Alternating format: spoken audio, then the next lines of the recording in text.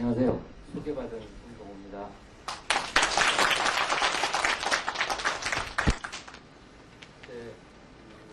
오늘 강연회 캠프 강연이죠. 5월달에 진행이 됐는데 불과 2개월 만에 이제 첫 번째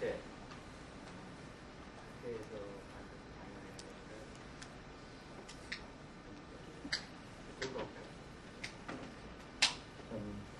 연자로 서게 돼서 대단히 영광스럽게 생각하고요. 더욱 더 제가 견줄 수 없는 그런 닥터 스테이트와 같은 석학과 같은 강단에 서게 돼서 두 번째, 어쩌면 그게 더 큰 영광인지 모르겠습니다. 제가 강의 들어가기 전에 시간을 좀 빼먹겠습니다. 사실 그렇게 새로운 치료에서 잘 된 게 없기 때문에 어쩌면 제가 좀 작전상 시간을 돌리겠습니다. 제가 우리나라에 많은 질환들의 환우 또는 가족들의 모임이 있습니다. 잘 되는 데도 있고 못 되는 데도 있고 그런데 저희 정신과 쪽에서는 제가 알기에는 세 번째인 것 같습니다. 정신병, 그러니까 우리가 말하는 정신분열병, 조울병 이런 병들의 환우 가족 모임이 있습니다. 아주 오래됐습니다. 이거는 지금으로부터 한 15년 전 정도로 아마 거슬러 올라가야 될 것 같고 매우 잘 되고 있고요. 실제로 그분들이 정신질환을 앓고 있는 사람들, 그러니까 만성정신병을 앓고 있는 사람들의 여러 가지 사회적인 혜택, 국가 정책을 상당히 영향을 주고 있고요. 그리고 진료에 있어서도 많은 의료 혜택이 되도록 지금 되어 있습니다. 두 번째 제가 알고 있기는 강박장애라는 환우 모임이 있었습니다. 한 7년 전으로 기억을 합니다. 2000년대 초반에 이게 시작됐는데 이 협회에 지금 없어졌습니다. 제가 알기에는 그 협회에는 의사 중심이었습니다. 제가 기억으로요. 저희 병원에 있는 모 교수도 있고 서울대학의 모 교수도 있고 몇 분들이 이렇게 했는데 그분들은 굉장히 처음에 학회를 시작할 때 협회가 아니라 학회 비슷하게 꾸려나갔어요. 그래서 의사 중심이었고 거기에 제약회사가 스폰서를 했고 근데 역시 어렵더라고요. 그 학회는 지금 거의 무산됐습니다. 이 학회를 창립할 때 굉장히 김세현 회장님부터 시작해갖고 여러 가지 많은 논의가 있었는데 그 과정에서 제 생각에는 여기 회원들, 특히 환우들의 보호자들이시는 부모님들 이런 분들이 중심이 되어야겠다 이렇게 생각을 했는데 현재까지 제가 보니까 굉장히 김세현 회장님, 부회장님 등등 여러 위원장님이 잘하시고 계시는 것 같아요.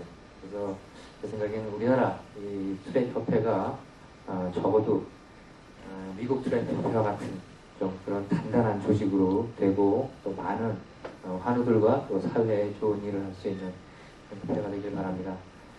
그래서 드리고요.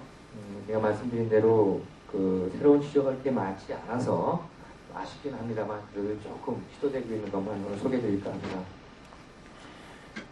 이게 바로 여러분들 자녀분들 또는 어떤 분들 직접 알고 계신 환우분들의 이름 지어준 투렛이라는 사람입니다. 아시다시피 프랑스 사람이고요. 처음에는 이제 이런 독특한 증상들을 가진 사람들에 대해서 이 사람이 기술을 했습니다.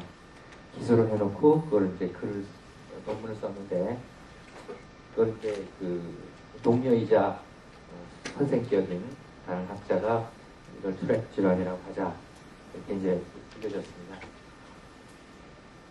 지금 따지고 보면은 한 120여 년 정도 이렇게 됐다고 생각하시면 됩니다. 세상에 이런 병이 알려진 지.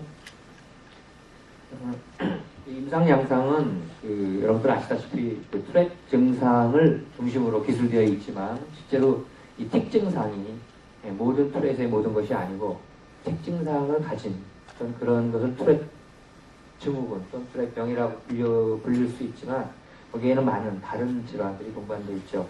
여기 나와 있는 대로 아마 아이들한테서는 이런 이거 ADHD 이렇게 부르고 있습니다. 이걸 저희가 주의력 결핍 과잉활동장애 이렇게 불리고 있는데 이런 질환, 그 다음에 여기 계시는 운동틱, 음성틱, 그 다음에 이제 강박장애, 어떻게 보면 투렛 장애의 강박장애하고 이제 ADHD가 제일 많이 동반되어 있을 거다 이렇게 생각을 하죠. 여기 보시면 투렛이 생기는 나이가 대충 한 5세 정도 우리가 이렇게 생각을 합니다. 첫 증상이 생기는 게 그로부터 한 6개월이나 1년 뒤에 이제 운동틱으로 시작해서 대개들은 아마 눈 깜빡임으로 시작했던 것을 되게 기억하시거나 경험하신 걸로 압니다. 6개월이나 1년쯤 지나면 이제 음성체계 새롭게 생기죠. 이 두 개의 증상을 같이 갖든지 또는 이것이 상호 교체되면서 이제 오랜 세월을 지납니다. 이런 문제를 가진 아이들에게서 일부분은 먼저 한 ADHD와 같은 그런 특성을 보이는 아이들이 있습니다. 물론 ADHD가 단독으로 생기는 경우도 있지만 ADHD는 우리가 보통 진단을 내릴 때는 7세 이전에 발병한 걸로 하지만 보통 한 3세 정도 되면 저희들이 대충 이 아이들이 ADHD의 가능성이 있겠다고 저희가 짐작을 합니다. 그거 좀 지나면 강박장애 같은 특성이 나옵니다. 이렇게 학교 갈 때 지금 내용 나옵니다. 애들이 뭘 잘해야 되고 뭘 정리해야 되고 또 자기를 잘 통제해야 되고 이럴 때 이제 강박 증상으로 나옵니다. 그래서 강박 증세는 대개 한 이렇게 한 6세, 7세 학교 들어갈 때쯤 되면 애들한테 조금씩 발현한다 이렇게 얘기를 하죠. 틱이 됐건 강박장애가 됐건 대간 어떤 것이 됐건 10세 정도 이르는 되게 사춘기 초기에 이르면 되게 악화됩니다. 악화되었다가 어떤 그런 한 1, 2년 악화되는 시기를 거치다가 되게 청소년기 중반쯤 이루고 나면 이제 좀 완화를 합니다. 다음 슬라이드인데 특징상만 보면 그렇습니다. 아까 말씀드린 대로 한 5세 정도 이렇게 뚜렷이 나타나고 그것이 쭉 좋아졌다 나빠졌다 좋아졌다 나빠졌다 하는 우리가 왁스 앤 웨인이라고 여러분들이 아마 인터넷에서 보셨을 것 같습니다. 그런 증상을 보이다가 한 10세경에 이르면 거의 청소년기 초기에 이르면 상당히 픽에 이릅니다. 자, 이때 이제 이걸 지나고 나면은 이제 되게 좀 많이 가라앉는 것이 자연적인 건강입니다. 자, 이거는 통계학적으로 봤을 때 나타나는 자연적인 결과이지 개인적인 차원에서 보면 이렇지 않을 수 있죠. 그런 경우에 여기 지금 성인 환자들도 혹시 계시는지 모르겠는데 제 외래에서 보면 성인 환자들 중에 한 30대에 이르러서도 계속 치료를 받아야 되고 어려움을 겪는 환자도 아주 드물게 있습니다. 그런 점도 염두에 두시고요. 우리가 이 특징상은 사실은 그 어떤 신경회로상에 나타나는 그런 병리현상으로 보고 있죠. 즉 신경과 뇌에 있는 많은 그 뉴런이라고 알려진 신경들은 독립되어 있는 것이 아니라 서로 접합되어 있습니다. 인접세포와 접합되어 있고 또 경우에 따라서는 좀 멀리 있는 세포와도 연결이 되어 있죠. 그래서 이런 것들은 신경망, 그 거미줄처럼 이렇게 신경망, 여러분들 그러니까 인터넷을 웹이라고 그러죠. 웹. 이런 바로 뉴럴 웹을 신경 어떤 망을 형성하고 있죠. 여기서 이제 신경 전달이 일어납니다. 여기서 무슨 이제 화학적인 어떤 물질이 전달이 되기도 하고요. 또 전기적인, 생리적인 그런 어떤 신호들도 전달이 되죠. 이 전달되는데 이것이 어떤 정상적이지 않은 좀 이제 신경 발달상의 어떤 어려움을 갖고 있는 문제가 아닐까 이렇게 생각합니다. 그 뇌세포 중에서 가장 중심이 되는 특징상하고 중심이 되는 부분이 이 부분입니다. 여기를 우리는 기저핵이라고 부릅니다. 우리가 보통 이제 베이살 갱글리아 그러는데 여기는 그 운동신경, 우리 몸의 운동신경, 특히 아주 미세한 운동을 조절하는 운동신경 등등의 많은 역할을 하고 있는데 특히 이런 어떤 우리 몸의 움직임을 잘 조절하는 특히 우리가 그 조절할 수 없는 그러니까 자율적인 운동 조절도 있죠. 눈 깜빡이 일어나는 게 저절로 일어나는 거 아닙니까? 이런 것들 이런 것들을 조절하는 그런 이제 운동 기관이 되겠습니다. 여기서 나타나는 현상과 이 뇌 전두엽에 이르는 사이에 어떤 회로상의 이제 문제가 있다고 얘기를 합니다. 가장 강력히 대두되는 신경전달 물질은 우리가 도파민이라고 얘기하고 있죠. 도파민 중에서 두 번째 당은 D2라고 알려져 있는데 이럴 때 특징상은 여기서부터 나타나는데 도파민이 과잉 분비돼서 나타난다고 이제 알려지고 있습니다. 과잉 분비 또는 너무 활성이 많아서 된다고 알려지고 있죠. 즉 활동이 많아지고 있다는 얘기입니다. 그러니까 눈 깜빡임이 예를 들면 1분에 한 60번 돼야 되는데 얘들은 100번을 한다든지 너무 많은 거죠. 그런 것을 조절하는 기능이 이 대뇌 전두엽에 있습니다. 대뇌 전두엽은 그걸 억압시키거나 억제시키는 그러니까 조절해주는 거. 그것들이 이제 이 대뇌 전두엽과 이것 간의 관계는 아주 중요합니다. 치료를 할 때 우리가 약물을 쓰든지 뭐를 해서 여기를 조절하는 방법도 있지만 이거를 조절해주는 여기를 조절하는 것도 굉장히 중요한 치료 중에 하나죠. 그래서 이제 그런 시도들이 좀 일어나고 있습니다. 근데 신기하게도 이 부분과 대뇌 전두엽과의 이르는 이 회로를 우리가 이렇게 부릅니다. 대뇌 피질, 선조체, 시상 피질. 한국말로 하면 굉장히 어려운데 영어로 쓰면 조금 앞자를 쓰기 쉽습니다. 그래서 인터넷에 보면 여러분들 자료 아마 볼 수 있을 텐데 우리가 이것을 C, S, T, C 루프죠. 회로를 이렇게 설명합니다. 원형 회로죠. 여기서 생기는 어떤 그런 피드백 시스템을 우리가 논의하게 됩니다. 근데 이 피드백 시스템을 같이 공유하고 있는 질환이 투렛병만 아니고 또 있습니다. 주의력결핍 과잉행동 장애라는 병과 그렇고 감각장애도 지금 같은 기능적 회로를 같이 갖고 있다고 생각합니다. 그러니까 그렇기 때문에 이것이 아마 그 투렛병이 있는 아이들이 어떤 공전 질환으로 주의력결핍 활동장애나 또는 감각장애를 같이 갖게 되는 그런 연유가 아닐까 그렇게 이해할 수 있겠죠. 말씀드린 대로 실제로 틱이라는 것은 이런 어떤 아웃도에 있고 ADHD가 돼 있고 OCD가 있고 그 다음에 이 OCD가 감각장애입니다. 그 다음에 여기 ADHD고요. 요것만 있는 게 아니라 실제로 요거 이외에 우리가 투렛병을 갖고 있는 사람들을 보면은 다른 문제를 갖게 됩니다. 우리가 behavior problem 이렇게 적혀 있는데 이것들은 이제 여러 가지가 있는데 예를 들면 활동이 많은 것도 들어가고요. 또 애들이 굉장히 충동적이거나 공격적이거나 뭐 이런 것도 다 들어가고요. 참을성이 없다든지 또는 감정을 조절하는데 어려움이 있다든지 이런 문제들을 다는 아니지만 이 부분 갖고 있는 애들이 있죠. 자, 이거는 틱이나 감각장애나 이런 애도 이렇게 섞여 있을 수 있고요. 또 이것만 가진 애들도 있습니다. 근데 우리 투렛시 병은 이걸 다 갖고 있는 애들은 문제가 많을 것 같습니다. 이제 의사들 입장에서는 치료를 할 때 어디 같은 이 틱을 가진 아이라도 여기에 포함되는 즉 ADHD만 갖고 있느냐 또는 감각장애하고 같이 있느냐 또는 이런 걸 다 갖고 있느냐 이런 거에 따라서 치료 전략이 상당히 달라질 수 있겠습니다. 치료에 대해서 먼저 말씀드리겠습니다. 우리가 이제 어디나 마찬가지지만 우리가 치료를 할 때는요 어떤 치료가 효과적이냐 라고 얘기를 할 때 이제 어떤 기준이 있어야 합니다. 즉 예를 들면 우리 요즘 인터넷을 보면요 제일 심한 게 우리나라의 경우에 자폐인데 치료 방법이 없어요. 기본적으로 그 자폐를 원상적으로 돌릴 수 없기 때문에 무엇이든지 해볼 수 있는 건 다 하죠.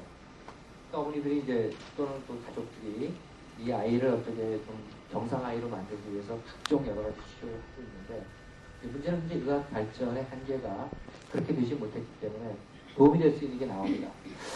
그럼 이제 그 자료들이 과연 해도 되는 것이냐 또 해서는 또 어떨 것이냐 하는 장점 단점 이런 것들을 다 따져야 되는데 우리 인터넷상에는 그런 것들이 나와 있지 않습니다. 시중에 나와 있는 많은 책들도 뭐 우리 아이는 이렇게 했으니까 좋아졌으니까 해봐라 등등 맞습니다.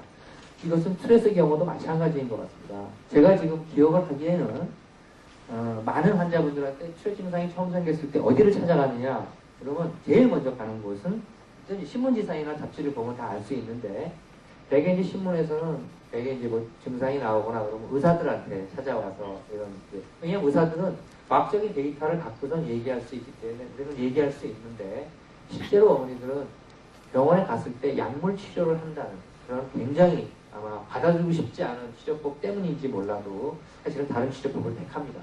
그 중에 이제 뭐 침을 맞는 경우 굉장히 많이 알고 있고요. 또 한약도 먹고 있고요. 그래요. 근데 아까 제가 잠깐 말씀드린 것 중에 빠진 게 있는데 이 특징상이 도파민하고 관련이 있지 않습니다. 왜냐하면 아까 제가 말씀드린 대로 이 회로상에서 도파민이 이 부분에 굉장히 많습니다.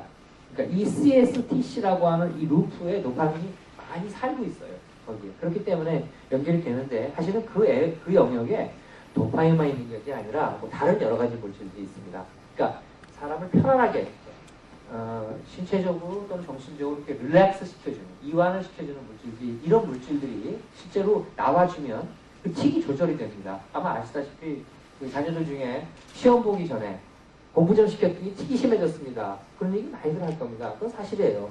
왜냐하면 실제로 아이들을 긴장시키는 것이 실제적으로는 틱을 악화시키는 요인들이 있거든요. 실제적으로 우리가 그러면 약을 쓸 때 이 약이 한약이 됐건 양약이 됐건 이 아이들한테 도파민을 조절해 주는 거냐 아니면 이 아이들의 그 긴장이나 이런 것들을 이완시켜 주냐 그런 건 우리가 밝히기가 어려워요. 사실은 완전히요. 그런데 도파민 쪽에 있는 물질들은 비교적 이런 그 특징삼의 어떤 중심적인 그런 것들을 좀 해결해 주는 걸로 저희가 연구를 많이 해놓았고요.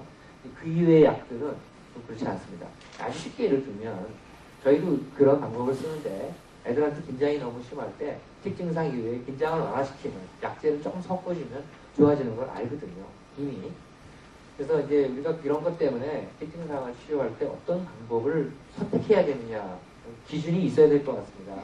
저희들이 보통 이제 임상의학자들은 이런 기준을 갖고 있습니다. 해보니까 좋더라. 그거는 좀 곤란하다는 거죠. 우리가 그럼 저희들이 이제 기준이 있는데 이제 우리가 그거를 evidence based medicine, 요새 근거 중심 의학 이렇게 얘기를 합니다. 그러니까 이 근거라고 하는 것은 어떤 적법한 절차를 거쳐서 과학적인 방법으로 입증했을 때 효과가 있다 없다라고 하는 어떤 그런 이제 근거를 제시한다는 거죠. 그거 중심으로 치료를 한다는 겁니다. 이건 현대 의학에서 아주 중요한 지금 지침이 되고 있습니다. 풀 리뷰, 확실한 기준이 되는 건 어떤 거냐라는 건데 적어도 2번 이상의 회 거쳐야 됩니다. 2번.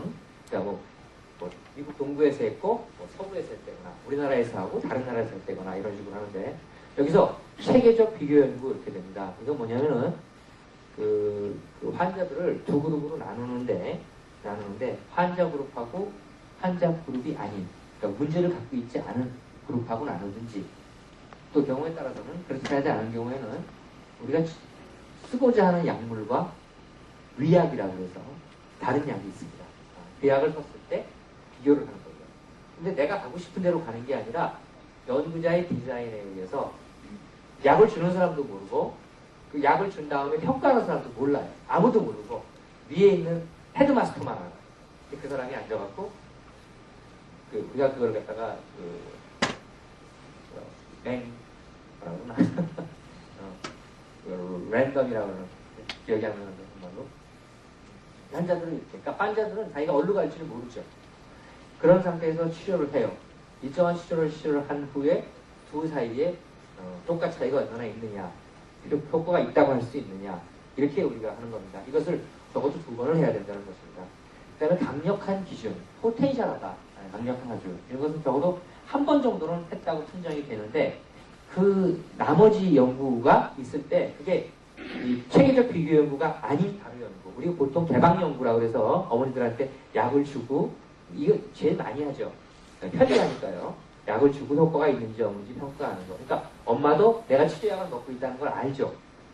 그 약을 주는 의사도 알고 애도 알고 그런 상태에서 체크를 하거든요. 거기서 하나 정도 나왔다면 그거 우리가 강력하다고 그러고 가능한 이런 개방 연구가 아닌 것인 데서 즉 개방 연구 같은 데서 효과가 있다고 나온 것들 이런 걸 저희가 가능한 기준이라고 이렇게 얘기를 합니다. 그런 기준을 먼저 말씀드린다면 이 血병에 가능한 지점 현재까지 나온 즉 한 수십 년 동안 나온 걸 다 종합해보면 이렇습니다. 완전한 확실한 기준을 갖고 있는 약물은 첫째 약물 이거부터 하겠습니다. 밑에 있는 것들은 약물이 아닌 우리 보통 심리적인 행동 수정에 가까운 것들이죠. 그럴 때 헤비트 리버설이라고 습관 반전이라고 하는 것이 비교적 연구가 잘 되어 있습니다. 그래서 이것이 나와 있고요.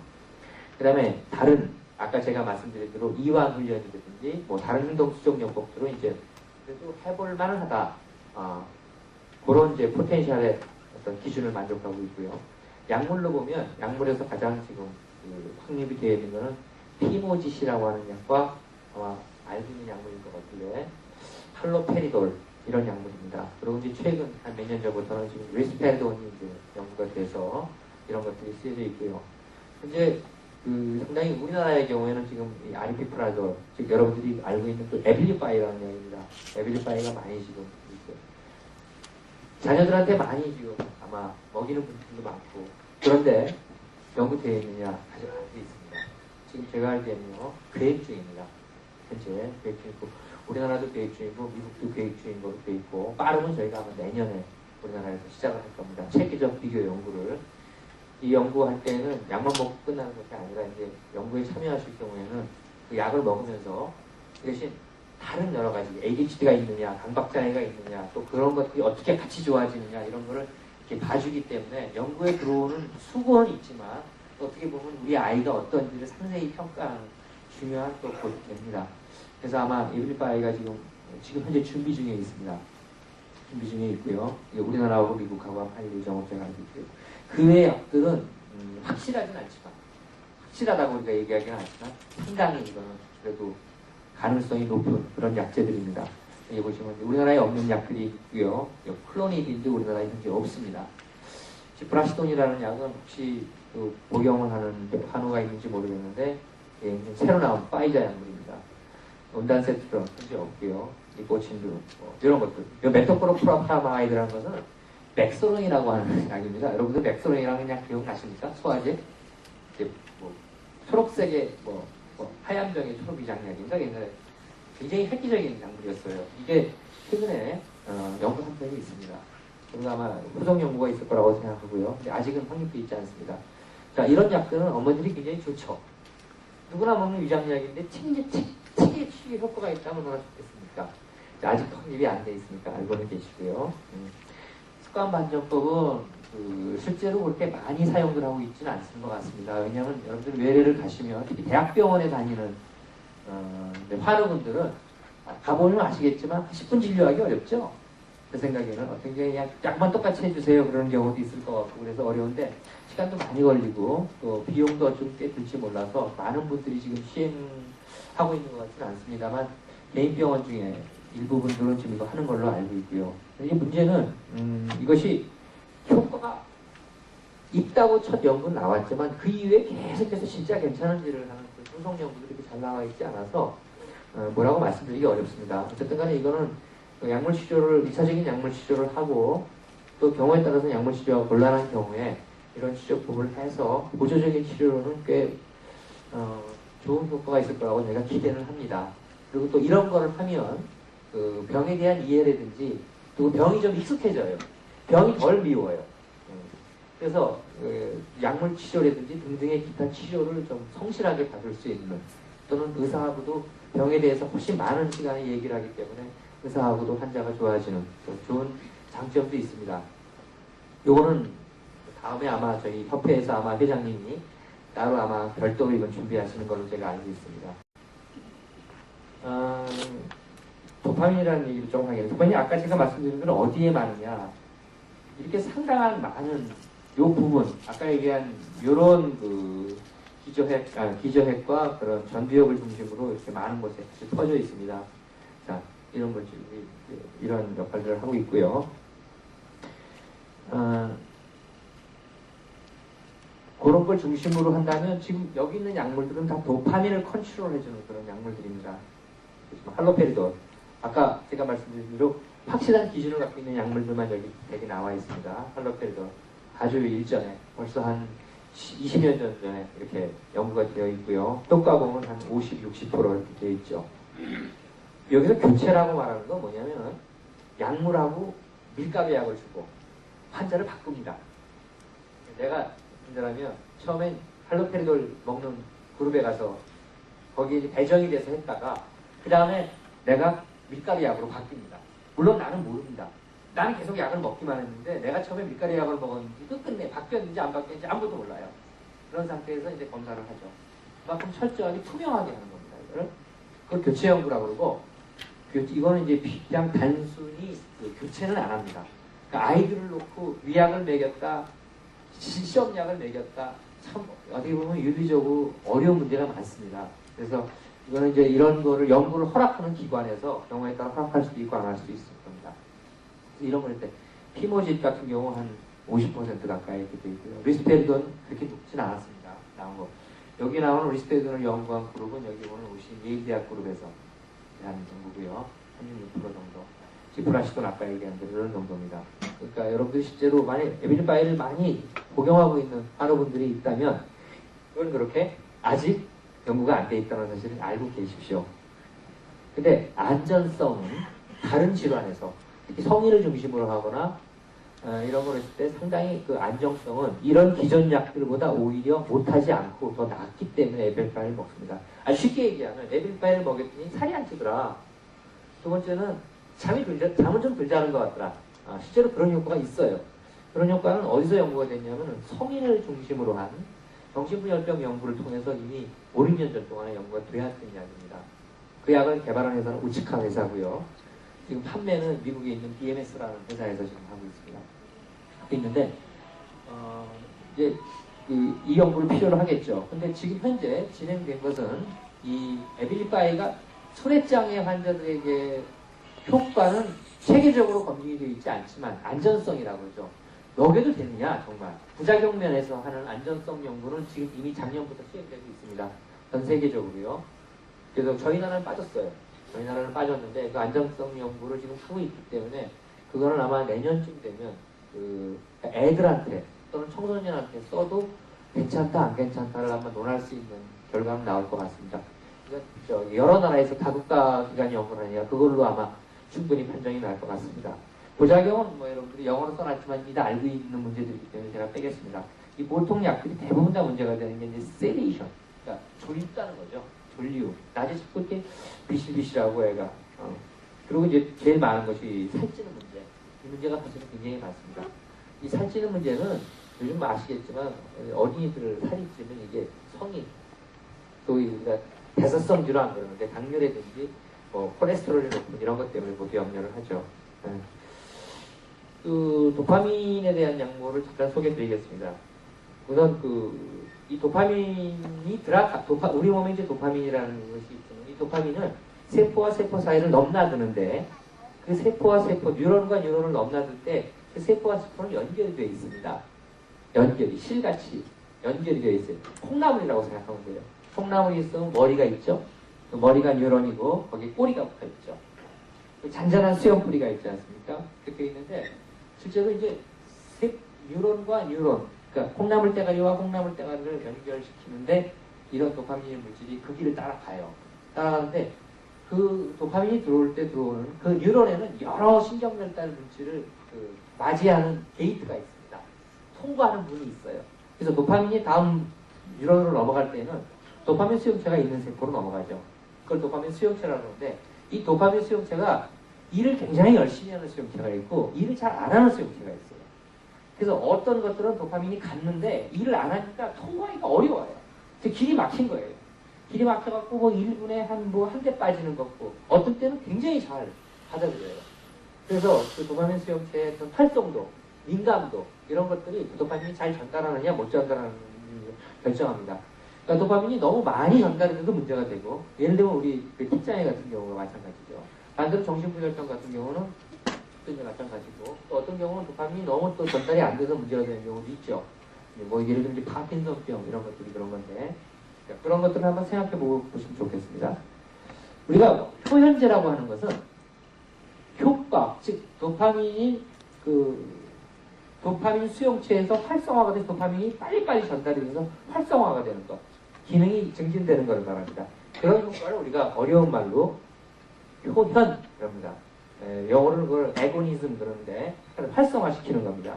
도파민이 당연히 활성화시키겠죠. 이 D2라는 그런 D2라고 하는 지금 그 도파민 수용체를 비교하면 그렇습니다.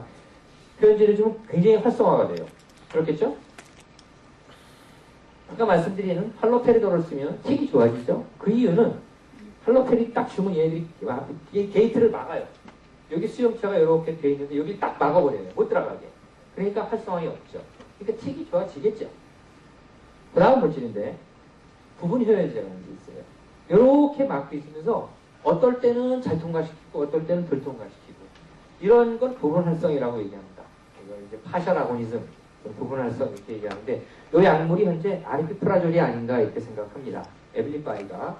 이 에빌리바이는 지금까지 나온 모든 정신분열병에 쓰이는 약제가 거의 틱에 쓰이는데 모든 약제들이 다 이런 할로페리돌과 유사한 작용 효과를 지니고 있었다면 이 아리피프라졸은 요거가 좀 다른 거가 되겠습니다. 제약회사 손드놓으면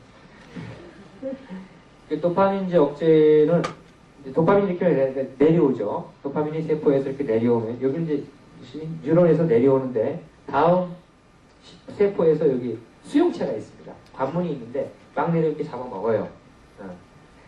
여기 들어가지 못하는 놈 여기 있다가 다시 들어가요. 여기 들어온 놈도 있고 들어가고 그러는데 바로 이제 어떤 물질이 들어가면 이렇게 딱딱 막죠. 그래서 도파민이 억제에 일어나죠. 억제에 일어나면 그 다음 세포 전달이 안 되니까 이제 뭐 틱이 좋아지든지 어쩌고저쩌고 그런 게 일어난다는 것입니다. 자, 이런 게 대개 이제 할로페리돈이나 리스페리돈 이렇게 효과라고 생각하시면 되겠습니다. 그 외에 다른 약물들을 제가 소개하겠습니다. 이거는 일반적으로 다 사용할 수가 없고 어떻게 해서든지 잘 안 된 경우에 이런 케이스, 사례 보고들이 있습니다. 운동특이 굉장히 심했는데 보톡스라고 하는 주사 있죠? 놈들, 주름살 제거하는 데 쓰는 거에서 그 주사를 썼더니 그 인후두틱, 여기서 컥컥거리는 인후두틱의 효과가 있었다 그런 것도 있고요. 어떤 틱은요, 박테리아 중에 구균이라는 게 있습니다. 학교 다닐 때는 배우셨죠? 뭐 구균도 있고 뭐 그런데 이런 구균이 있을 때 이거는 면역 반응을 일으켜요 우리 몸에. 과잉 이제 거의 자가 면역인데 자가 면역 때문에 생기는 과잉 면역 반응 때문에 틱이 생기는 경우가 있거든요. 이 틱장애만 있을 수만 있는 틱장애만 생기는 것이 아니라 경우에 따라 강박장애도 생겨요. 그런 경우에는 면역 반응을 조절해주는 그런 약제를 쓰는 것도 있을 수 있고요. 항간질제가 최근에 그러니까 간질약, 경기약으로 쓰는 것을 좀 시도해보고 있는데 효과가 별로 않습니다. 소개만 됩니다. 부분효연제를 아까 말씀드리면 이게 대표적인 걸로 아까 아리피프라조, 레빌리파에 해당되겠습니다. 이런 것들은 이렇게 약을 쓰면은 다 들러붙어서 부분적으로, 그러니까 너무 많이 들어올 때는 막아주고 너무 적게 들어올 때는 오히려 끌어당기고. 그래서 이 사람들은 이거를 도파민이 어느 일정한 뇌 속에 일정한 적당한 농도를 유지하도록 안정시키는 게 아닙니다. 물가가 너무 높으면 뭐 화폐 어떻게 하고 물가가 너무 낮으면 뭐 화폐량을 조절하고 이런 것처럼 안정시키는 효과가 아니냐 이렇게 주장을 하는 이제 그런 약제입니다. 자, 그런 차원에서 앰플리파이어를 써보니까 진짜 효과가 좀 있다 이렇게 생각하시는 분도 있고 뭐 아닐 경우도 있습니다.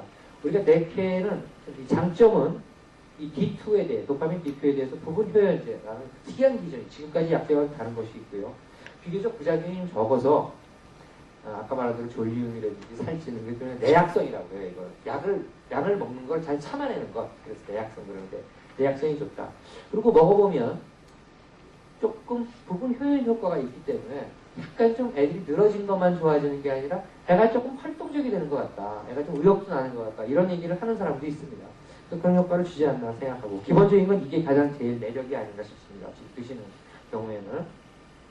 문제는 임상조사를 실제로 많은 연구가 되어 있지만 개방 연구들을 좀 많이 했습니다. 우리나라에도 개방 연구가 지금 2개 보고되고 있는데 심한 증상이 좀 잘 안 듣는 것 같다. 이런 얘기도 나오고요. 또 하나는 이제 이 약이 초기 부작용일 수가 있는데 이렇게 가만히 앉아있지 못하고 애가 안절부절 못하는 그 약이 부작용인데 이걸 좀 더 나타나는 게 아닌가 뭐 이런 얘기도 있습니다. 확실치가 않습니다.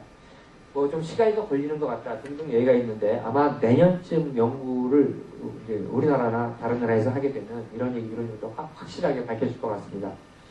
이거는 우리나라에서 발표된 것 중에 2개가 있는데 하나는 지금 이라대학에 계신 선생님 한 분이 발표하신 게 있는데 그걸 제가 봤더니 특징상이 좀 정도 이하, 그러니까 평균보다 좀 낮은 그런 경우에 아마 이렇게 썼던 것 같습니다. 효과가 꽤 좋더라고요. 거기서 한 60 몇 %인가 효과가 있는 걸로 되어 있습니다. 이건 제가 한 건데 한 20여 명 된 저희 병원에서 있었던 아이들한테 썼던 건데 효과가 보시면 모터틱이 줄어서 이게 이제 제가 숫자를 이렇게 표시한 건 보지 마시고요. 이것이 과연 통계적으로 의미가 있느냐라는 것만을 의미하는 겁니다. 그런데 우리는 통계적인 의미가 중요하지만 환자분들 개인에서 그렇지가 않아요. 환자분 개인적으로 볼 때는 내가 좋아졌느냐 나빠졌느냐의 문제지 통계가 무슨 의미가 있어요. 그래서 어떻게 보면 요 아래에 있는 그 CGI라는 게 조금 더 정확한 표현인 것 같습니다. CGI라는 것은 실제로 병의 정도가 얼마나 심각하냐를 따지는 건데 제가 본 경우에 4.3이면은 보통보다 조금 더 심한 그런 분이었습니다. 그런데 2.9네요. 2.9는 좀 경해졌다. 많은 효과를 본 것 같지는 않습니다. 근데 이 환자가 제가 그때 한 20여 명 되는데 지금 저한테 모인 케이스가 그에 한 2~3배 됐기 때문에 올해 다시 좀 분석을 해보려고 하는데 그 기간이 짧았어요. 제가 본 기간이 그때 한 12주를 봤는데 제가 보기에는 좀 오래되신 경우에 한 4개월, 뭐 6개월 이렇게 쓴 경우들이 있기 때문에 보면 좀 전체적으로 인상으로는 좀 낫지 않나 싶어요. 그렇지만 일단 그거는 분석을 해보고 여러분들이 그런 결과를 좀 지켜보시고 결정해야 될 것 같습니다. 하여튼 이것이 지금 현재 지금까지 나왔던 할로페리돈, 피모지, 리스페리돈을 좀 대체하고 있는 그런 약물이 아닌가 그런 좀 생각을 좀 해봅니다. 기타 치료를 말씀드립니다. 즉 약물만 소개시켜드렸는데 약물이 있고요. 아까 말씀드린 습관 반전법이 있다고 했죠. 자, 이 2개는 이제 어느 정도 연구가 많이 진행되고 있는데 이건 연구가 하나도 진행된 게 거의 없는 즉 체계적 연구가 안 돼 있어서 이걸 알려드리는 게 옳은 거냐 하는 이제 그런 제가 어려움이 있는데 그래도 제가 알기엔 이 카페에 들어오시는 분들이 굉장히 학구적이세요. 어떤 때 저보다 먼저 자료를 먼저 올리시는 분들이 있더라고요. 저도 어떤 때 티카페에서 우리 자료를 보고 그런 게 있었구나라고 제가 볼 때도 있는데 알려드립니다. 예, 요새 이제 그 신경세포를 바로 자극하는 그런 이제 시술들이 있습니다.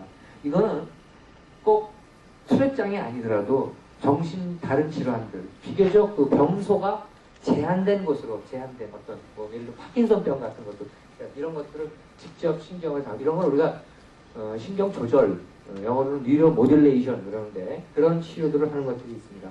자, 신경세포를 자극하는 치료는 과거에 유명한 치료가 있습니다. 여러분 혹시 전기충격요법이라는 얘기를 들어보신 적이 있으신지 모르겠는데 우리 정신질환자 중에 정신병 또는 아주 심한 우울증 환자 이런 사람들한테 정시로 쇼크를 줘요. 그럼 환자가 의식을 잃으면서 경기를 해요. 그거를 한 8번에서 15번 이렇게 하고 나면 정신병이 좀 좋아지거든요. 네. 그래서 그런 것들을 이용한 건데 신부자극술이라는 게 있고 미치신경 이런 게 있습니다. 신부자극술은 그 2006년도에 나온 논문을 봤더니 아주 심한 환자들을 대상으로 여기 보면 굉장히 심한 거예요. 이런 환자들 대상으로 봤을 때 효과가 좀 있었다 이런 것들이 지금 보고되고 있는데 우리나라에서는 현재 시행되고 있지 않고요. 지금 모 선생님이 케이스가 있다면 시행을 하겠다 지금 이제 그렇게 얘기를 해놓은 상태입니다. 그러나 애들한테는 시행되는 게 아닙니다. 이런 것들은 전부 다 지금 내가 말씀드리는 이런 것들은 전부 다 20세는 돼야 됩니다. 적어도 18세. 요게 이제 투리장애 환자들에서 반복적 경두계약일 때 아까 그 신부자극술은 뇌를 직접 구멍을 뚫고 들어가서 신경세포를 우리가 원하는 부위를 자극하는 겁니다. 근데 이거는 그게 아니고 뇌를 뚫지 않고 자기장을 이용해서 신경세포를 자극하는 겁니다. 여기 쓰인 대로 여기다 이렇게 자기장을 강한 전기장을 쏘이면 여러분들 그 플레밍의 왼손 법칙, 오른손 법칙 그런 거 기억나십니까? 이런 것들로 강한 전류를 통하면 그 어떤 부위에 자기장의 변화가 일어납니다. 이 자기장의 변화가 신경세포를 활성화시켜서 된다. 그럼 어디를 활성화시키느냐? 아까 말씀드린 대로 신경세포가 있는데 기저핵이 있고 그 앞에 기저핵의 특징상을 조절하는 전두엽 기능 중에 운동중추가 또 있습니다. 운동중추를 자극시키면 그것이 특징상을 좀 컨트롤해주는, 좀 이렇게 조절해주는 그런 역할을 하는 것을 이용하는 겁니다. 그래서 우리가 이거를 한 번 하는 게 아니라 10번 정도 하는 것을 말한다 해서 반복적 자기자극술 이렇게 얘기합니다. 고빈도 자기자극술이 있고 저빈도가 있는데 지금 이미 그 저빈도 갖고는 해본 연구가 외국에 나와 있는데 효과가 별로 없더라고요. 그래서 이 고빈도 자극을 하는 것을 지금 생각합니다. 그러니까 주파수가 빠른 자기장을 일으키냐 주파수가 적은 거냐 그런 차이입니다. 지금 이제 예정하고 있고요.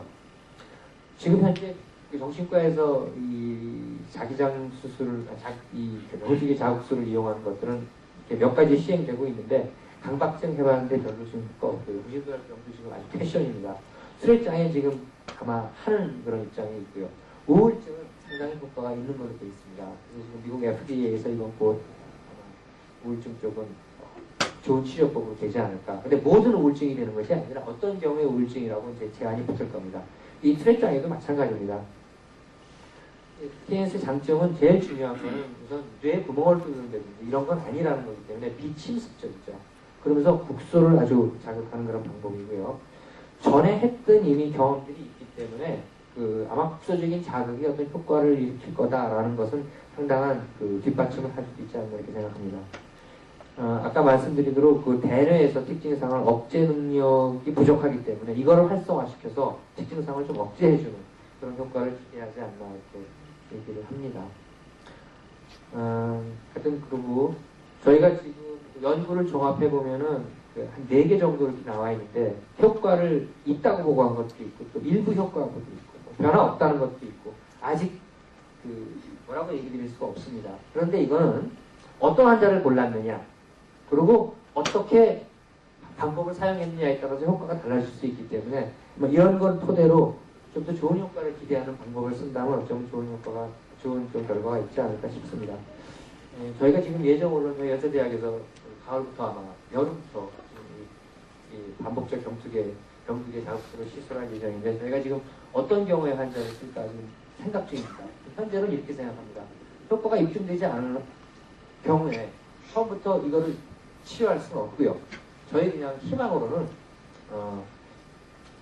약물을 한동안 써서 그럼 18세 이상 환자 그래서 약물을 써서 어디까지는 효과를 봤는데 더 이상은 좋아지지 않는 환자들 그런 경우에는 이거를 보완적인 치료 그러니까 제2차 보조의 부분을 지금 그거 연구를 하는 것이 저희가 안전하지 않을까 생각하고 이 정도라면 시험연구위원회에서 허락할 것 같습니다. 예, 연구위원회에서 허락하지 않으면 저희들이 못하거든요. 저희들이 그렇게 예상을 하고 있습니다. 시간이 초과되었는데 들어주셔서 감사합니다.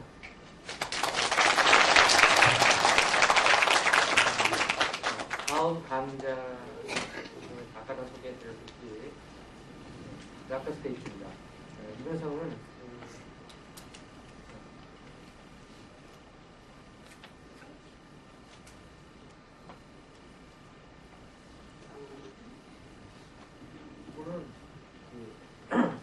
우리나라 어머니들이 굉장히 좋아하시는 경력을 갖고 있어요.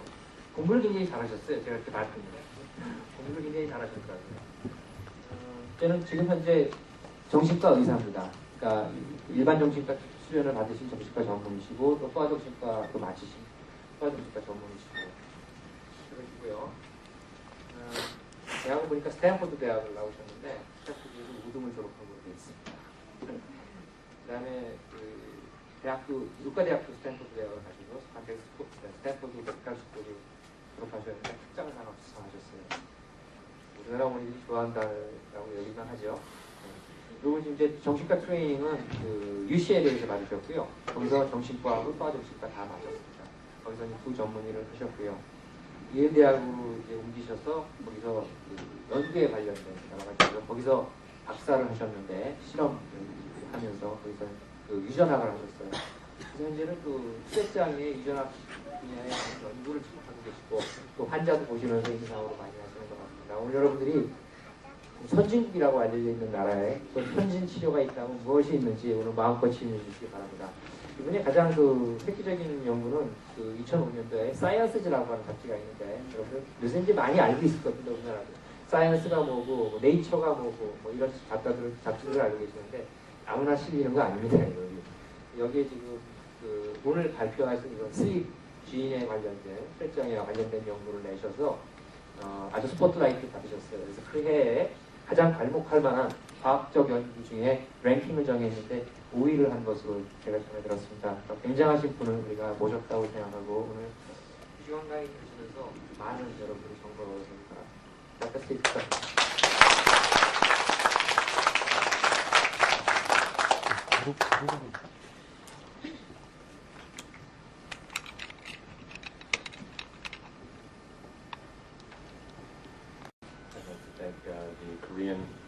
I'd like to thank the Korean Tourette Syndrome Association and Yonsei University for their gracious invitation to come and speak with you today. I'm honored to be here.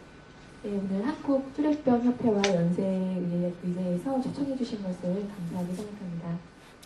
So what I would like to do today is to talk to you about some of the work that we've been doing in my lab in the United States on the genetics of Tourette syndrome, the genetic causes of Tourette syndrome. 네, 저는 최근 저희 미국의 랩에서 현재 하고 있는 연구에 대해서 오늘 좀 설명을 드리고 싶습니다. 현재 저는 유전학을 연구를 하고 있습니다. And to try to explain to you why we feel that understanding the genetics of Tourette syndrome is so tremendously important in terms of being able to treat and help individuals and families with the disease. 또 같이 이해를 쉽게 할 수 있도록 도와드리도록 하겠습니다.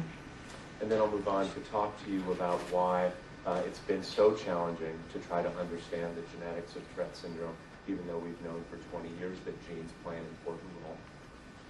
그리고 왜 뚜레 증후군에 있어서 이 유전자를 찾는 것이 상당히 어려운 일인지를 같이 말씀을 드리겠습니다. 실제로 유전자가 연관이 되어 있다는 것은 20년 전부터 밝혀져 왔다고 합니다. And then I'm going to conclude, as I said, with the main point of my talk, which is to try to describe to you why we feel this is such an important line of investigation in order to be able to understand how to do a better job of treating patients with the syndrome, and we're able to do that. 그리고 이제 뚜레 증후군을 치료하는 데 있어서 유전학 연구가 실제적으로 왜 중요한 연구인지도 같이 설명드리고자 합니다. So I'm going to begin just by reviewing for you the symptoms of Tourette syndrome, and I'm going to show you a very brief film of an older gentleman with Tourette, as it is the best demonstration. A picture is worth 1,000 words. I want to tell you before I start this that the person who is being shown has agreed and actually was eager to share with you his experience, and he knows that he being shown to other individuals to try to teach about Tourette syndrome, and we have his permission. So let me show you that video. 네, 먼저 뚜레 증후군 증상에 대해서 잠깐 설명드리겠는데요. 실제로 말로 하는 것보다는 이제 동영상으로 보여드리는 것이 가장 효과적일 것이기 때문에 보여드리겠고, 또 말씀드리고 싶은 부분은 여기 있는 이 이제 나이 있으신 성인 환자분 같은 경우는 실제로 이 동영상을 다른 분들에게 소개를 해드리는 것에 동의를 하셨고, 오히려 굉장히 적극적으로 더 많이 이것에 대해서 알리기 위해서 사용되었으면 좋겠다라고 말씀하셨다고 합니다.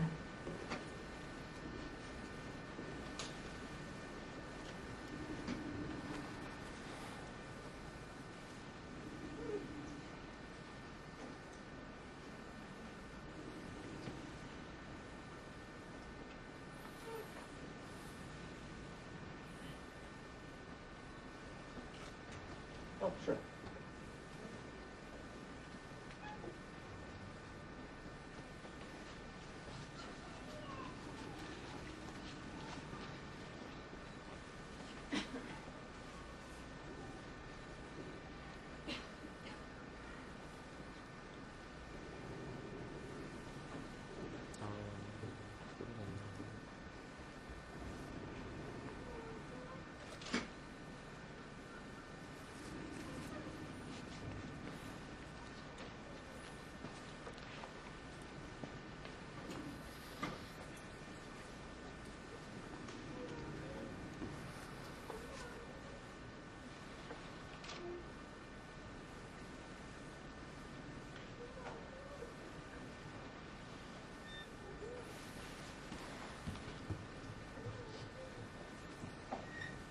Okay, so in this case, a picture is worth 500 words.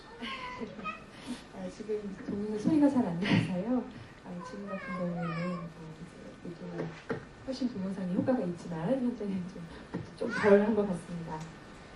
But I think I can describe for you why I chose that video. It shows the classic symptoms of Tourette syndrome. You were seeing motor tics involving his upper extremities, and I don't know whether you saw, but he also was making some facial movements, and those are classic motor tics seen in Tourette syndrome. 네, 이 동영상에서 이제 선택했던 이유를 이제 설명을 해드릴 수 있을 것 같긴 하는데요. 이 위쪽 사지를 지금 움직이는 모습들이라든지 얼굴의 그 표정 부분들을 보셨을지 모르겠지만 아주 전형적으로 나타나는 운동 틱 모습이었다고 합니다. What you couldn't hear because of our technical problems was that he was also blowing air out of his mouth and making a sound when he was doing so, and that is a classic vocal technique.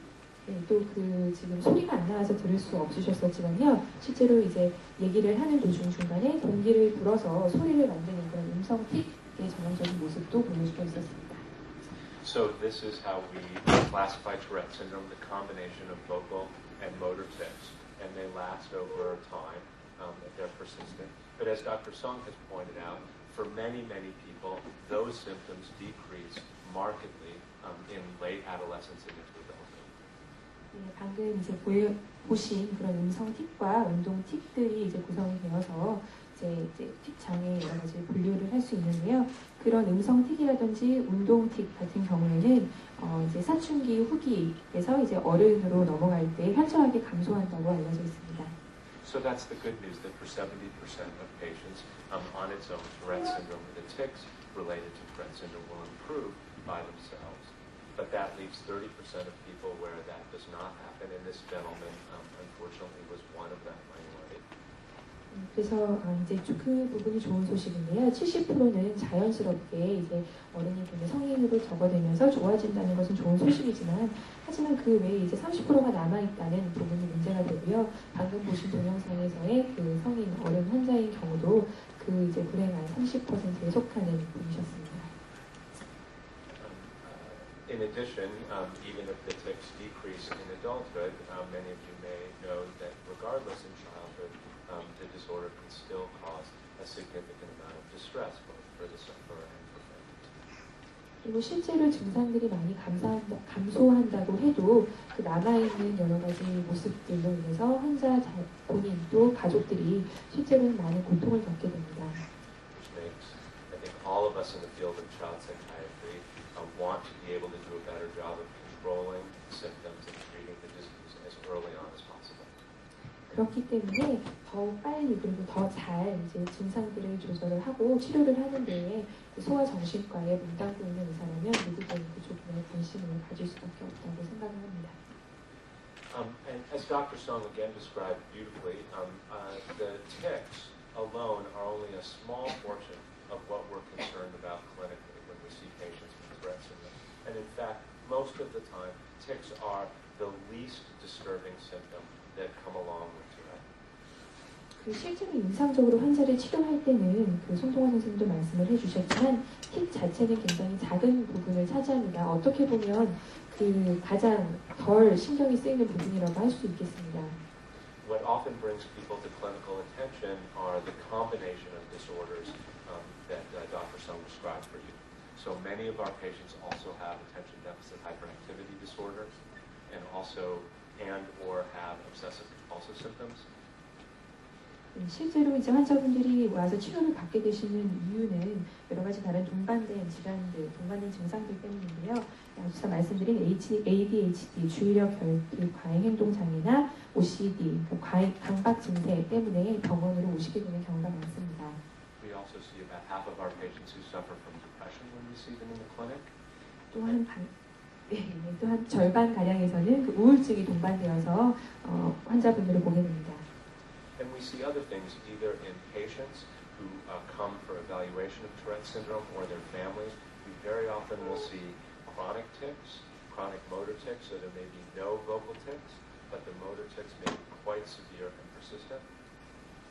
또 어떤 분들, 이제 평가를 위해서 오시는 분들을 보면은 만성적인 운동 틱이 있는 분들이 많이 있으십니다. 음성 틱은 없지만 만성 틱으로 오랫동안 고생을 하신 분들이 있으시고요. We also will see increased rates of trichotillomania, or hair pulling, in patients with Tourette syndrome and their families. 또 그 트리코틸로매니아라고 해서 이제 머리카락을 잡아당기는 그런 증상, 그런 질병을 가지고 계신 환자분과 또 관련된 가족분들을 볼 수 있습니다. And then finally, we see a very high rate of learning problems with or without attention deficit disorder from Tourette syndrome. Now, so this is a very complex picture. It's a complex picture clinically, but it also makes life complicated for researchers who want to understand the causes of Tourette syndrome. And I'm going to spend some time describing for you why this kind of overlap of symptoms within a clinic makes it challenging to identify genetic causes of Tourette. 네, 그리고 마지막으로 학습장애도 동반이 되는 병원이 굉장히 많은데요. 그런 것처럼 굉장히 그림이 복잡하게 증상들이 나타나기 때문에 치료를 하는데도 힘들지만 또 한편으로 그 어떤 원인을 찾는 리서처, 연구자들에게도 굉장히 힘들어지는 이유가 되겠습니다. 그리고 특히 이제 유전적으로 어떤 그 특정 유전자를 찾을 때도 왜 이런 게 더욱더 연구를 어렵게 만드는지에 대해서도 설명드리겠습니다. But first, I'm just going to very quickly, again, thanks to Dr. Sung for doing this for me, just to show you one more picture of the brain regions that we believe are involved in Tourette syndrome, which involve, as he described, the CT or the CSTC circuit. 네, 그리고 앞서 설명해 주셨지만 사진 하나만 더 보여드리겠습니다. 그 현재 뚜렛 증후군과 연관이 되어 있다고 생각이 되는 뇌 영역들로 앞서 그 CSTC 룹과 관련된 그림입니다. And I wanted to show the picture on the right because later on I will show you some data from our lab, and I wanted you to have this picture in your mind of where the areas are when you're looking at this kind of picture of the brain, where the areas are that we think are probably important for Tourette syndrome. 특히 좀 오른쪽 그림을 보여드리고 싶은데요. 나중에 저희 랩에서 연구한 결과들을 설명을 드릴 때 그것이 어떤 부분들과 정확히 연관이 되어 있는지 보여드리기 위해서 그림을 보여드리고 싶다고 합니다. Now, one other point that I think is important to clarify is that while we have good evidence where the problem is, we don't really know what the problem is. That we have indirect evidence that these brain regions are important, and we have indirect evidence that dopamine plays some role, but when it comes down to it, we really do not understand the mechanisms at the level of the cell or the molecule that are causing the problem with Tourette syndrome.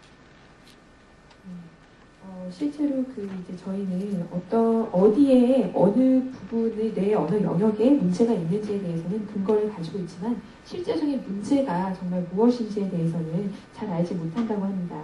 특히 이제 어떤 분야가 중요하고 또 어떤 도파민이 어느 정도의 역할을 한다는 것은 알고 있지만 분자적인 레벨로 내려갔을 때는 어떤 정말 진정 기전을 가지고 문제가 일어나는 것인지는 아직 잘 알지 못한다고 합니다. So this is a very important point because where we are now in child psychiatry is essentially the equivalent of perhaps 20 years ago if I were going to describe to you the problem with high blood pressure. 그래서 지금 현재 뚜레 증후군은 굉장히 치료에 있어서 중요한 시점에 와 있는데요.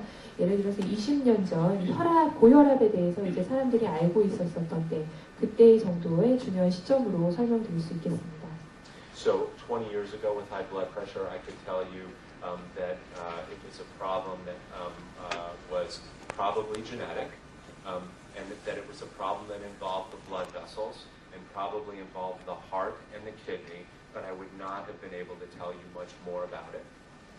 아마 20년 전에 이제 고혈압에 대해서 누군가 설명을 하려고 했다면 아마도 유전적인 것이고 아마도 혈관과 연관이 있을 것이고 아마도 심장 그리고 심장들의 장기들과 연관이 있을 것이다 라고 얘기할 수 있는 정도였을 겁니다. And very importantly, 20 years ago, all of the treatments for high blood pressure would have been found by chance or by luck, not because of an understanding really of what was going on, only by serendipity. 그리고 20년 전에 더욱 중요하게는 그 치료를 발견을 하는 데 있어서 어떤 행운에 의해서, 우연에 의해서 치료를 발견했을 것이지 정확한 기전을 이해하기 때문에 치료를 발견할 수 있는 때는 아니었습니다. So in the last 20 years, in high blood pressure research, we've been able to understand the genetics of the disorder, and we've been able to understand in a much more detailed way why blood pressure goes awry in families. 하지만 20년 동안의 연구를 통해서 정확한 고혈압의 유전자 항에 대해서 알 수 있었고 또 더욱 세밀하게 정말 왜 혈압이 올라가는지에 대한 기전을 알 수 있게 되었습니다. And we're hoping to move very quickly through that same kind of process in order to be able to understand specifically what's happening in Tourette syndrome so that we can make the kind of advances in treatment and diagnosis of Tourette that we've seen over the last 20 years in high blood pressure. 그래서 저희도 구체적으로 어떤 부분의 문제가, 어떤 기전으로 문제가 뚜레 증후군에서 있는 것인지 더 빨리, 더 잘 알게 되어서 고혈압에서 이룬 그런 치료의 발전을 더 빨리 이루기를 바라고 있습니다. But first, in order to do that, I want to go back and review basic genetics. 먼저 하지만 거기에 대한 설명을 드리기 전에 유전학에 대한 기본적인 내용들을 먼저 설명드리겠습니다. And I promise we won't be here for several hours. I just want to give you enough information so that I can describe for you the experiments that we're doing in my lab. 여러분들께 우리가 이런 강의로 몇 시간 동안 여기 앉아있게 하지는 않으리라고 약속을 먼저 드립니다. 기본적인 내용만 설명드리겠습니다. So I want to start at the molecule of most interest to us, which is called DNA. And DNA is the blueprint of life. It is contained in every cell in the body, and it contains all the material necessary to make a human being. 먼저 저희에게 가장 관심 있는 것인 DNA에 대해서 설명을 드리겠습니다. DNA는 그 생명의 설계도를 지니고 있는 그런 분자이고요.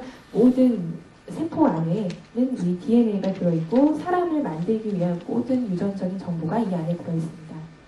And what I have there is a picture on the left-hand side which shows just a diagram of what DNA looks like. It's the famous double helix.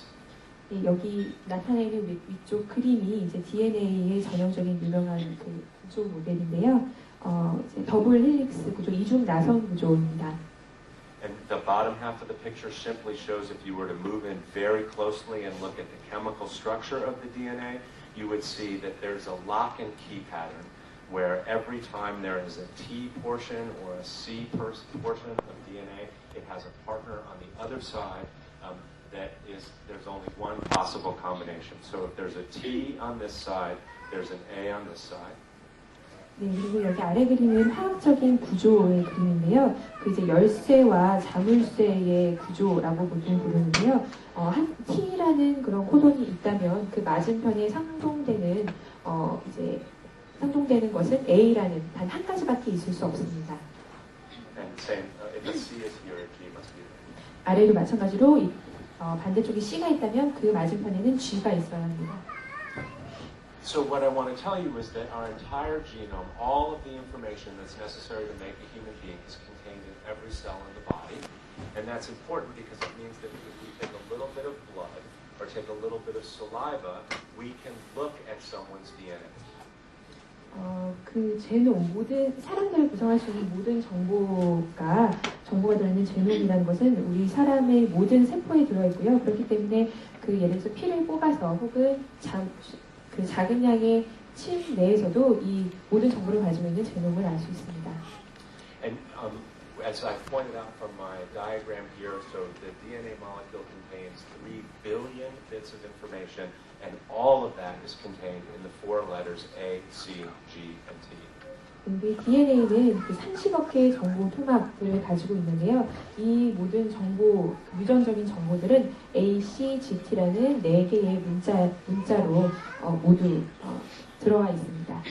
And the one last very important point is that we are all extremely similar in terms of the DNA that we carry. Extremely similar. More than 99% similar to each other, regardless of race and where we come from. We are extremely similar, but we are not identical. So that once about every 1,000 bits of information, we have slight differences between us. Instead of an A, there might be a G. Instead of a T, there might be a C. 그리고 또 중요한 점은 우리는 서로 굉장히 99% 이상 서로 유사한 그런 유전자를 가진다는 것입니다. 그렇기 때문에 그 대부분의 이제 99% 이상은 유사하지만 인종과도 상관없이 어디서 왔는지와 상관없이 유사하지만 1000개의 한 개마다 차이를 보입니다. 예를 들어서 A 대신에 G가 들어가 있다거나 T 대신에 C가 들어가 있다거나 이런 정도의 차이를 보인다고 합니다. Most of the time, these differences won't have any consequence. They won't cause any problems. But every once in a great while, they will be the difference between having the risk for a disease and not having the risk for a disease. 이런 작은 차이는 대부분의 경우에는 어떤 문제를 일으키지 않지만 어떤 경우에는 어떤 병이 발병을 하거나 하지 않느냐 등의 그 위험도를 결정짓는 중요한 부분이 되기도 합니다. So I've described for you DNA, which is the raw material of life, contained in every cell in the body. But when we talk about genetics, we're often talking about something called genes. And genes are slightly different from DNA.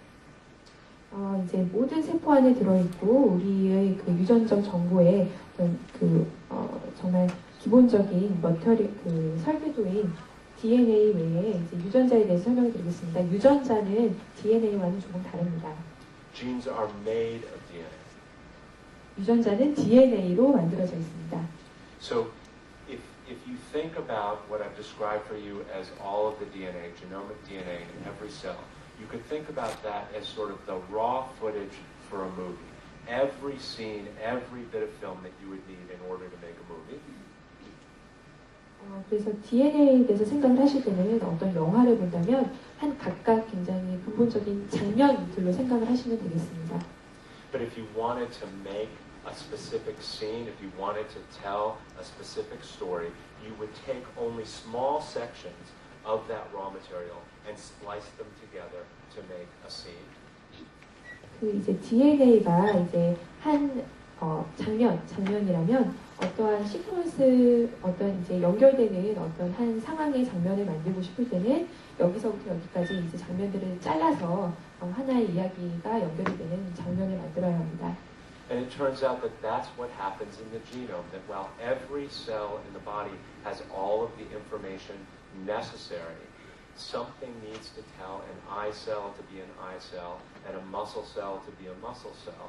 And so specific instructions, like those little scenes in a movie, have to be created, and that's what the genes do. 그 모든 세포에는 모든 정보가 들어있지만 예를 들어서 눈에 있는 세포는 눈의 세포가 되고 귀에 있는 세포는 귀의 특수한 그런 세포가 되기 위해서는 그렇게 그 DNA를 어떤 영화에서 어떤 특정한 장면을 만들기 위해서 정보를 잘라서 어떤 장면 여기서 여기까지 정보를 잘라서 사용을 하는 것처럼 DNA도 그렇게 잘라서 사용을 하게 됩니다. So it turns out that of the 3 billion bits of information that we're carrying in each cell, only about 10% of that is what's left after you splice out all of the additional extra material. And that 10% is the genes. 그래서 실제로는 3억 개의 앞서 말씀드린 것처럼 정보 통합이 있지만 이제 불필요한 것들을 잘라낸 다음에는 10% 정도만 남게 됩니다. So if you put it all together, we have 3 billion bits of information in each cell, but only 10% of that is going to be a gene, which then will give specific instructions to the cell. And when we, so I'll stop there. Go ahead. 그 모든 세포에는 3억 개의 정리를 하자면 모든 세포에는 3억 개 정도의 정보 통합이 있지만 그 중에서 10%만이 잘라져서 그 이제 어떠한 세포를 실제로 이제 만들게 되는 유전자가 10%만이 유전자라고 불리게 되고요. And then when we're talking about finding a gene for Tourette syndrome or many genes for Tourette syndrome, it's important to know that we're not looking for a gene that's present in that person that is not present in unaffected people. We're looking for that very subtle change that I just described for you. An A instead of a T or a C instead of a G. 그래서 그 예를 들어서 뚜레 증후군에 관련된 유전자를 찾는 일은 어떤 하나의 유전자는 환자분에 있지만 환자분이 아닌 정상 사람에게서는 없는 그런 유전자를 찾는 것이 아니라 매우 작은 차이, 아까 말씀드린 것처럼 A 대신에 G가 있다거나 C 대신에 O가 있다거나 이런 아주 작은 차이를 찾는 일이라고 합니다. So now in a few minutes I'm going to tell you about a gene called SLIT-TRAC. But everyone in this room has the SLIT-TRAC gene, everyone, whether they have Tourette syndrome or not. But there will be some small number of people who have a very subtle change in that gene that may lead to the problem of Tourette syndrome and related disorders. 그래서 이제 이후에 슬리트랙이라는 그 이제 유전자에 대해서 말씀을 드릴 텐데요. 이 유전자는 모든 사람들이 가지고 있지만 거기에서 모든 사람이 가지고 있지만 소수의 사람들에서는 이 진에 굉장히 아주 미묘한 차이를 보인다고 합니다. 그리고 그 미묘한 차이가 혹은 그 질병 뚜레 증후군을 발병에 어떤 영향을 미치지 않을까 생각하고 있습니다. So you can imagine one of the reasons that it might be difficult to find these genetic factors is that we're looking for 1 or 2 or 3 small changes out of 3 billion bits of information. 그래서 실제로 이 30억 개의 정보 통합 중에서 1개, 2개 내지는 3개 정도의 어떤 미묘한 차이를 보이는 것을 찾고 있는 것이기 때문에 왜 유전자를 찾는 데 이렇게 어려울지 알 수 있을 것입니다. The final thing I want to tell you about is simply chromosomes. And this is just to give you a picture. You may have seen a picture of a chromosome. Why don't we go to the next slide? 염색체에 대해서 설명을 드릴 텐데요. 여기서 염색체 보신 그림, 염색체의 그림입니다. At some point up at the top, you want to point out the chromosome. So that's a chromosome, and we're used to seeing them when someone has a prenatal genetic test. You usually see pictures of these chromosomes when you get the results of the test back. 네, 저기 마우스가 있는 그 포인트하고 있는 곳이 그 크로모솜 염색체인데요. 뭐 산전 유전자 검사 등을 하면은 이제 저런 모습 형상들을 볼 수 있으실 겁니다. And actually, what a chromosome is just one very long strand of DNA. 그 염색체가 무엇이냐면 실제로는 아주 긴 DNA 사슬입니다. So you can think about the DNA really as just being a structure, a scaffold that carries genetic material from one generation to another. DNA는 실제로 한 세대에서 다른 세대로 유전자 정보를 이동하는 그런 구조라고 보시면 되고요. Okay, so that I'm going to give you one more little review, but that's basic genetics. I want to start just by reminding you that this is the DNA. 여기 그림 보시는 것이 DNA이고요. That about 10% of the DNA is left after the other pieces are cut out, and those are the genes. DNA 중에서 다른 불필요한 부분을 잘라낸 다음에는 10%만 남게 되고 그것을 유전자라고 부릅니다. It's carried from generation to generation on chromosomes. 그리고 이것은 그 유전자들은 세대에서 세대로 염색체를 통해서 이제 전해지게 됩니다. Every cell in the body has all the information necessary. 세포의 그 인체의 모든 세포들은 우리가 사람을 구성할 수 있는 모든 유전적 정보를 지니고 있습니다. And then finally, the genes in any given cell make instructions to make something called proteins, which are the biological machines that actually do the work of life. 어느 셀이든지 그 단백질을 만들 수 있는 유전자들을 가지고 있는데요. 그 단백질이라는 것이 실제로는 일을 하는 어떤 작용을 하는 생물학적인 공장이라고 보시면 되겠습니다. Okay. So that is genetics 101, so basic genetics. 이게 이제 기본적인 유전자학 개론입니다. And now what I want to tell you is simply that we have a very strong idea that genes play a role in Tourette syndrome. 그리고 우리는 그 뚜레 증후군에 있어서 유전자가 어떠한 역할을 할 것이라는 게 강력한 그런 근거들을 가지고 있습니다. I don't want to belabor how it is that we have come to this conclusion, but we use standard genetic methods even without knowing a specific gene and can determine that a good proportion of the risk for Tourette syndrome is carried in genetic material. 왜 이런 결론을 유전자가 어떤 역할을 할 것이라는 결론을 이제 닿게 되었는지 길게 설명을 드리지는 않을 것입니다. 하지만 꼭 그 긴 설명이 아니더라도 유전자가 어떤 역할을 왜 역할을 하는지에 대해서는 말씀을 드릴 수 있을 것 같습니다. Now, one important distinction is that it's carried in genetic material, but that does not always mean that it's familial. It does not always mean that the genetic change that's causing the problem is being transmitted from generation to generation. 또 유전적인 영향이 있다는 것, 유전이 어떤 연관이 있다는 것은 실제로 세대에서 세대로 가족마다 다 전해진다는 뜻은 아닙니다. Sometimes that's clearly the case, but other times a subtle change in the DNA can happen only in a single individual. So while it's a genetic disorder, they may be the only person in the family to have that genetic disorder. 물론 어떤 경우에는 세대에서 세대로 유전되는 경우도 있겠지만 다른 가족에서는 전혀 아무런 유전자의 차이가 없는데 한 개인에서만 유전자의 미묘한 차이로 인해서 바뀔 수 있습니다. So for 20 years, we've known that genes play the predominant role in the risk for having Tourette syndrome along with everything else that we described. But despite that, up until very recently, we have not known what any of those specific genetic elements are. 우리가 이제 예전에도 항상 유전자가 어떠한 영향을 미칠 것이다, 그 뚜레 증후군의 위험 인자일 것이다라는 생각은 가지고 있었지만 얼마 전까지만 해도 실제로 그 유전자들이 무엇인지에 대해서는 전혀 아는 바가 없었습니다. And I'm going to use a diagram now to try to explain to you, in addition to some of the problems that I've already described, why we think it's been so hard to find a gene. 그래서 그림을 보여드릴 텐데요. 그 뚜레 증후군에서 그 특정 유전자를 찾는 것이 왜 이렇게 어려웠는지 설명해 드리겠습니다. This diagram is going to use circles to represent individuals. 이 그림에서 나오는 동그라미들은 한 개인을 뜻합니다. And at heart, what I want to describe for you is the idea behind a genetic study.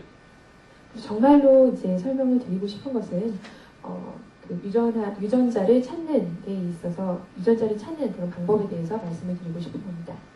So what we want to do is to identify a group of people and then identify those people who are affected with the disorder. 먼저 해야 할 것은 그 특정 질병을 가지고 있는 사람의 그룹을 짓는 것입니다.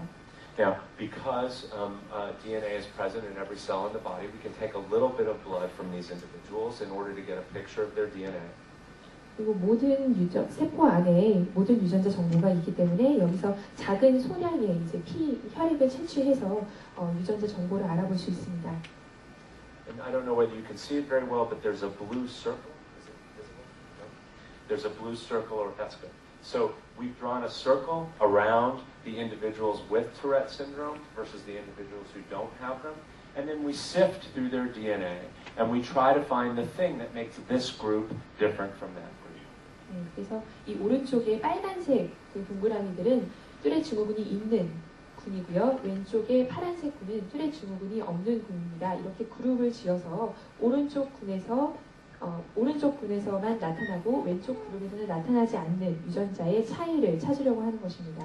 So the methods might be complex to look at the DNA, but the idea is very simple. Let's look at the individuals with the disorder, look at the individuals without the disorder, and then see if we can't find something in their genetic material that differentiates the two.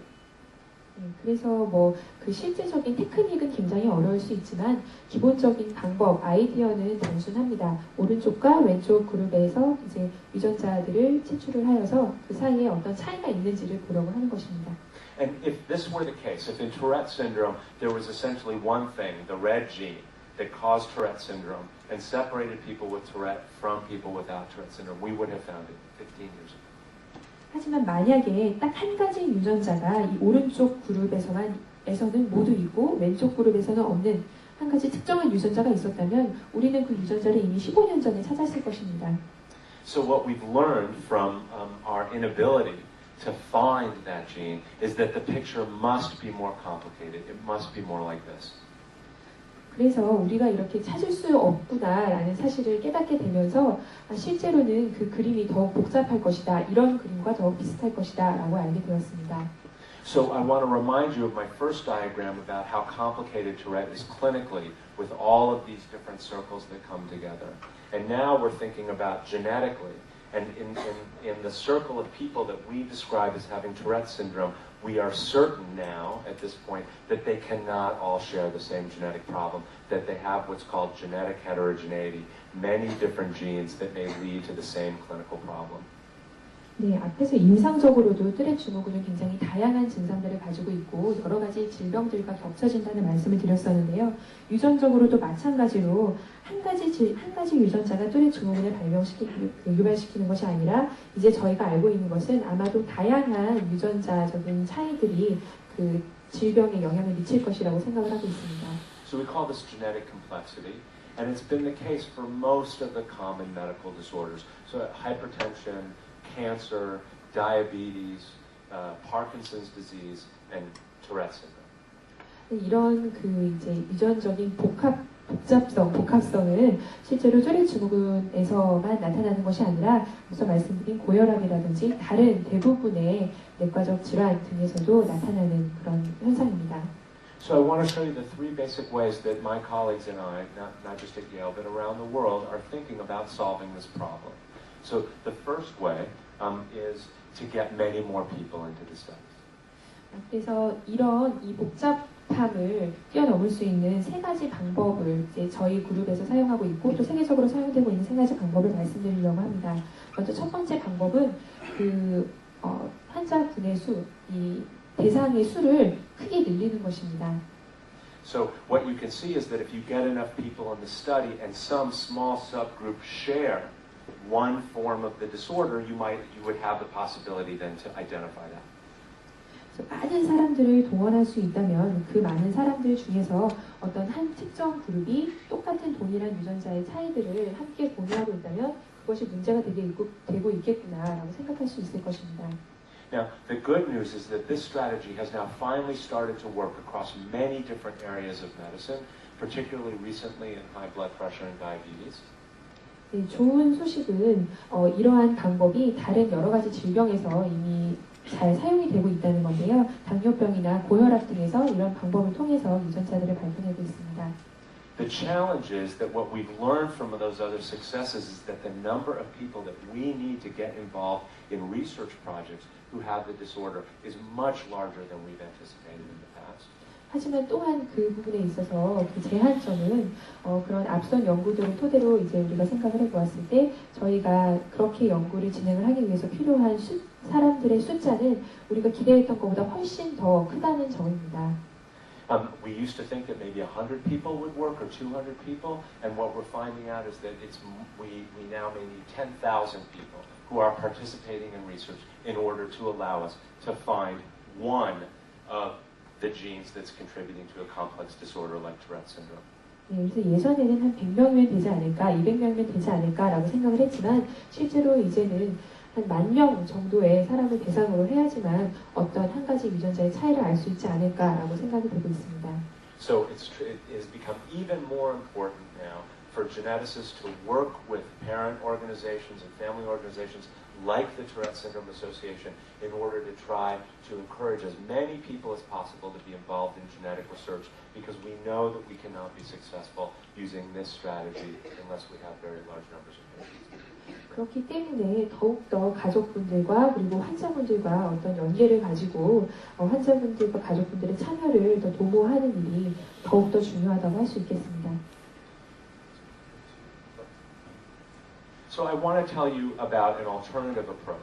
And this is the approach that we have in the past been taking in my lab. We're now moving towards an approach of trying to increase the numbers, but we haven't been anywhere near the numbers of patients that we need to be successful in that strategy. So we've taken a different strategy. 또 다른 방법에 대해서 설명을 드릴 텐데요.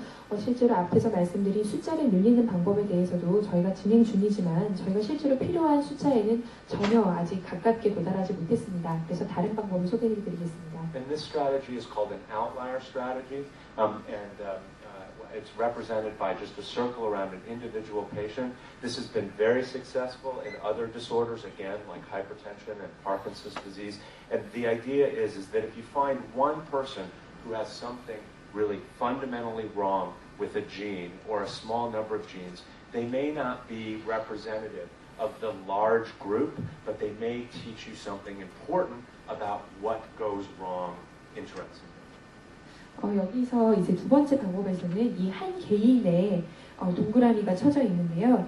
이 방법은 한 개인에서 어떤 근본적으로 굉장히 큰 획기적인 차이를 발견을 할 수 있다면 그 차이는 물론 전체 그룹을 대표할 수 있는 차이는 아니겠지만 그 차이를 이제 알아차리고 거기에 대해서 연구함으로써 실제로 어떤 기전으로 투렛 증후군이 일어나는지를 밝혀내는 그런 방법입니다.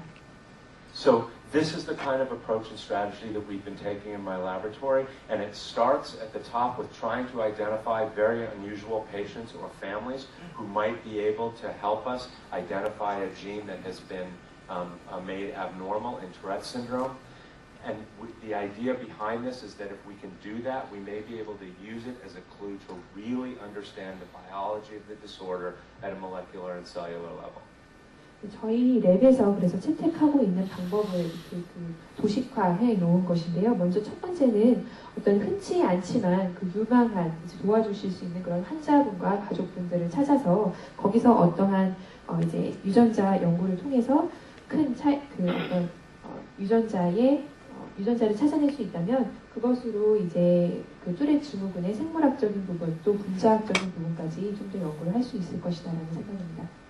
So the idea here is that if we can find one clue, we can use that as a thread and start pulling on the thread to understand the brain physiology that's leading to Tourette. And the reason that that's so important is because this is where we want to get, in the middle. Just like our colleagues in diabetes, just like our colleagues in hypertension, when they understood what was wrong at the cellular level, they were able to design an entire new class of treatments that has been so much more successful than the previous class. So when we think about treatments now for cancer and treatments for hypertension and treatments for Parkinson's disease, all of them are being revolutionized by an understanding of the molecular and cellular underpinnings of the disorder. And that, we hope, will move us to be able to do the same thing with Tourette syndrome. 그래서 이제 하려고 하는 것은 한 가지의 그 클루를 얻어서 한 가지 이제 힌트를 얻어서 그걸로부터 이 실타래를 풀어서 결국은 어떤 분자적인 레벨, 분자적인 그리고 세포적인 경로를 파악을 해서 도달하고 싶은 것은 치료, 조기 발견, 진단의 이 중간으로 저희는 가고 싶은 것입니다. 실제로 뭐 당뇨병이라든지 여러 가지 암에 있어서 이러한 방법을 사용해서 그 전과는 다른 훨씬 더 새로운 많은 치료 방법들을 개발하게 되었습니다. So now let me describe for you a specific set of experiments in the lab that use this approach in order to begin to make progress in the way that I've described. 그래서 실제로 지금 말씀드린 그런 방법을 사용해서 어느 정도까지 지금 연구가 진행되고 있는지 설명해 드리겠습니다. And now hopefully I've given you enough background to understand this. The first is a picture of a family with Tourette syndrome, and the black square shows an affected individual. 네, 여기 나와 있는 것은 그 투렛 증후군이 있는 환자의 가족 그 도표인데요. 검은색으로 칠해져 있는 것이 현재 그 투렛 증후군을 앓고 있는 환자입니다. But this is one of those cases where it may have been a genetic problem but not passed in the family, so that only one person in the family also carried an abnormal pair of chromosomes. 네, 앞서 말씀드린 것처럼 유전적인 문제로 인해서 일어나기는 했지만 세대에서 세대로 이제 전달되는 그런 것은 아니었고 개인에서 이제 어떤 유전적 차이를 보였었던 그런 가족이고요. So one of the chromosomes, the one on the right, has the same general amount of material as the one on the left, but a piece here flipped over when the child was being created, just a random event. 네, 오른쪽 유전자와 오른쪽 그 염색체와 왼쪽 염색체는 같은 양의 유전자를 가지고 있지만 그 아이가 태어날 때 아이가 이제 형성이 될 때 어떠한 변화로 인해서 그 유전자의 조 부분이 바뀌었습니다. 이제 위아래로 이렇게 구조가 바뀌었습니다. So if you remember, I told you that chromosomes are one long strand of DNA. So in order for it to be flipped over, that strand had to be broken in one spot and turned over. 아까 말씀드린 것처럼 DNA는 굉장히 긴 하나의 사슬이기 때문에 그 부분이 이렇게 바뀌기 위해서는 아마도 잘리고 그다음에 이렇게 바뀌고 다시 붙는 그런 과정이 있었을 겁니다. So actually, if you think about the inversion that she's describing, there have to be two spots where it's broken, one at the top, one at the bottom, and then it's reattached. 네, 그래서 잘 생각해 보시면은 잘리는 부분이 두 부분이 있었을